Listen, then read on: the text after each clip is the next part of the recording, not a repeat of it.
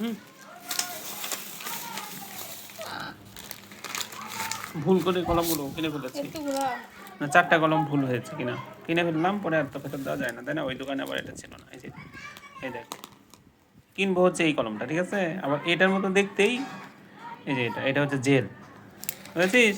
কেনার পর বুঝতে পারলাম যে এটা জেল, জেল পেন। তো কেনার সময় ওই যে তো কাগজে দাগ দিতে সময় দাগ, কেনার পর আমি দাগ দিলাম, দাগ দিতে গিয়ে দেখি এটা জেল।